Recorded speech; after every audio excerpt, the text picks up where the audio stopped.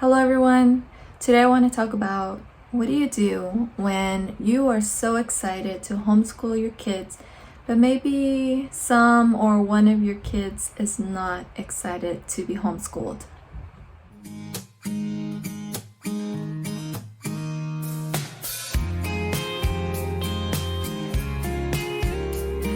If you're new to my channel, my name is Susan Morales, and you can follow me on my Instagram, as you can see right up here. If you haven't already, please subscribe to my channel. I'm a homeschooling mom now, going on year 3. My kids are in 1st and 2nd grade. I had a great experience homeschooling my kids, a preschooler and a kindergartner. I felt that I was doing college level kindergarten and preschool. I felt like they were taking AP type of work. We had so many textbooks, we had so many worksheets, we had books, we had hands-on things where they would learn, and we had a good schedule going. I apologize if you hear any noise. There's a lot of construction happening all around my house at the moment. I think it was very exciting for my kids to have their mom's attention, teaching them all of these new things. It was exciting for my youngest one as well, because usually the younger ones want to do what the older ones are doing. So he went right along with all of the schoolwork that was being asked of them to do. I think we got to a place though where my youngest started realizing, hey, I could be playing instead of doing all of this work. Also, another thing happened where it was out of all of our control. I began having health issues, and so mom was a little less energetic than what she was on that first homeschooling year. Sometimes when we're not feeling so well, we might not realize how it's affecting our kids. We're doing our best, and there's no need to feel guilt about not feeling well, but it is important to recognize that there will be consequences for things that are even out of our control as homeschooling moms. So I began to experience resistance in the second homeschooling year. We began to have behavioral problems, and it's very easy for me to just see everything that maybe my kids were doing wrong, and it would be very interesting if I had a video camera so that I could see all the things that I was doing wrong at the time. And again, there needs to be a lot of grace when we're feeling unwell. Well, it's really difficult to do some things and to have the patience that you might have when you're feeling well. So on my part, I ended up receiving the help that I needed, and I am feeling much better. But along the way, I have had to learn a few things that I hope you will find helpful if you are also dealing with certain similar things. I had to learn to do things differently in my parenting. I had to read about the behavior problems I was having. I will put the book that I found helpful right here for you to check out.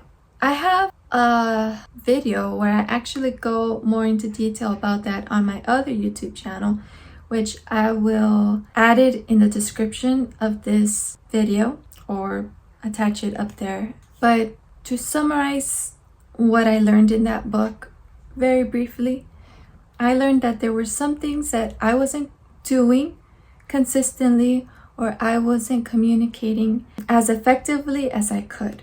I had to learn to deal with my own feelings in more productive ways and to grow in my patience as well.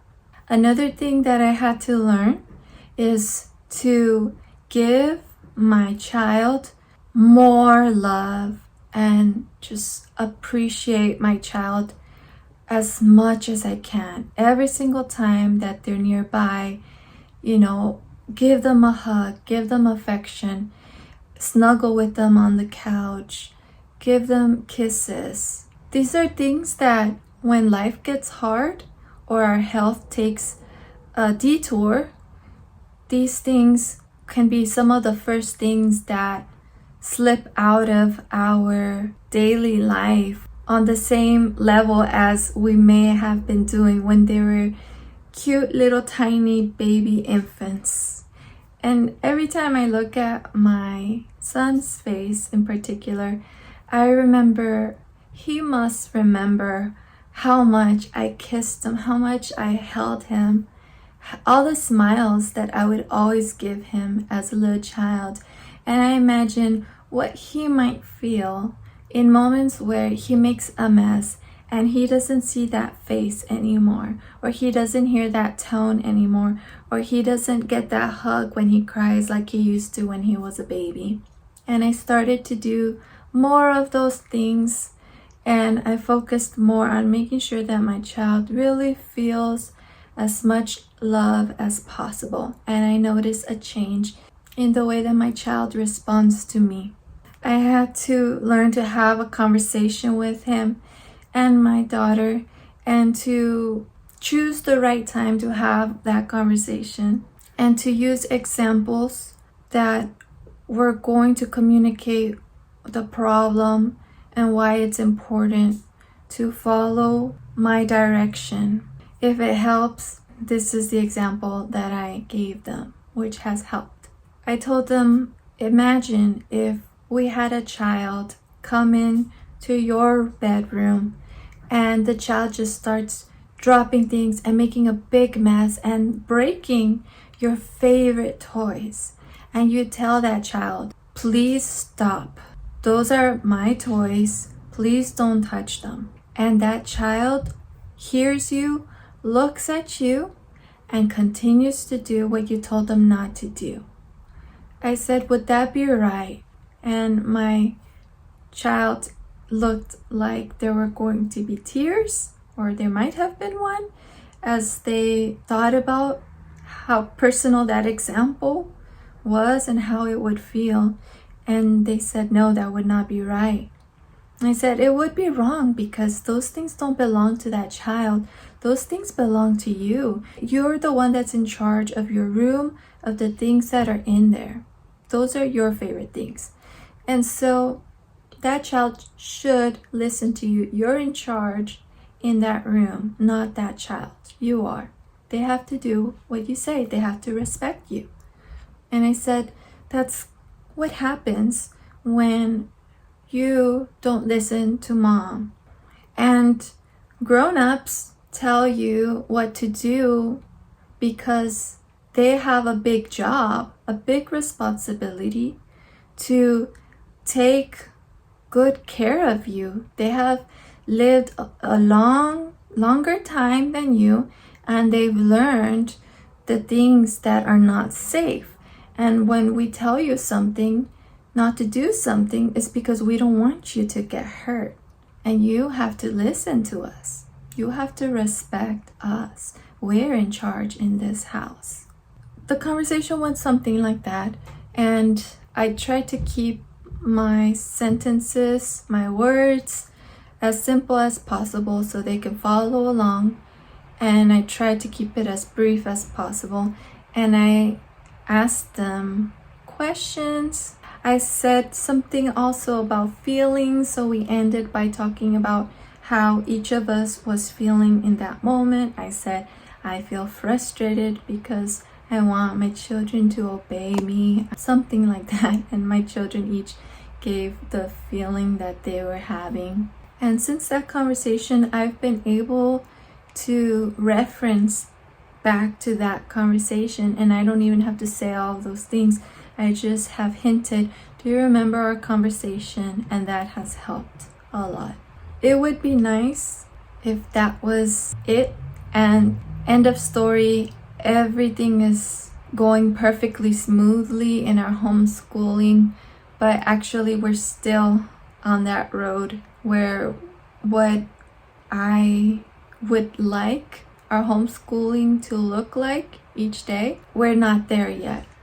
But what I am learning is to give myself and my kids grace, the grace to get there eventually, God willing.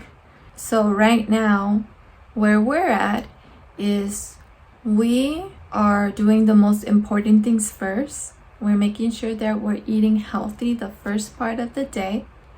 That is very important when it comes to moods, when it comes to being healthy, kids and mama. And then we're allowing some playtime, some relaxation, and then we are jumping into schoolwork a little bit at a time. I have dropped my standards a little bit where I wanted to add so much work from day one, but now I realize that's stressful. So when you're beginning every year, each homeschool year, we're starting gradually. So I started my son with 1 page of math, 1 page of writing, and one thing, small thing for reading.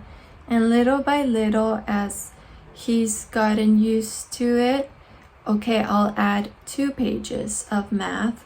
Maybe I'll read 1 extra page for his language arts, and we'll add on to our homeschool schedule as we're going along. We want homeschooling to not be stressful. We want it to be enjoyable and productive. And if we're having behavior issues, then that's going to get in the way. And it's not going to promote a healthy mind and body for anyone, but especially homeschooling moms. So I hope you found this information helpful. If you liked this video, please give me a like and let me know in the comments area if you are struggling with one of your children like I was, or share a tip that you think moms who are struggling would benefit from hearing. Remember to subscribe if you haven't already, and I'll see you on the next video. Bye.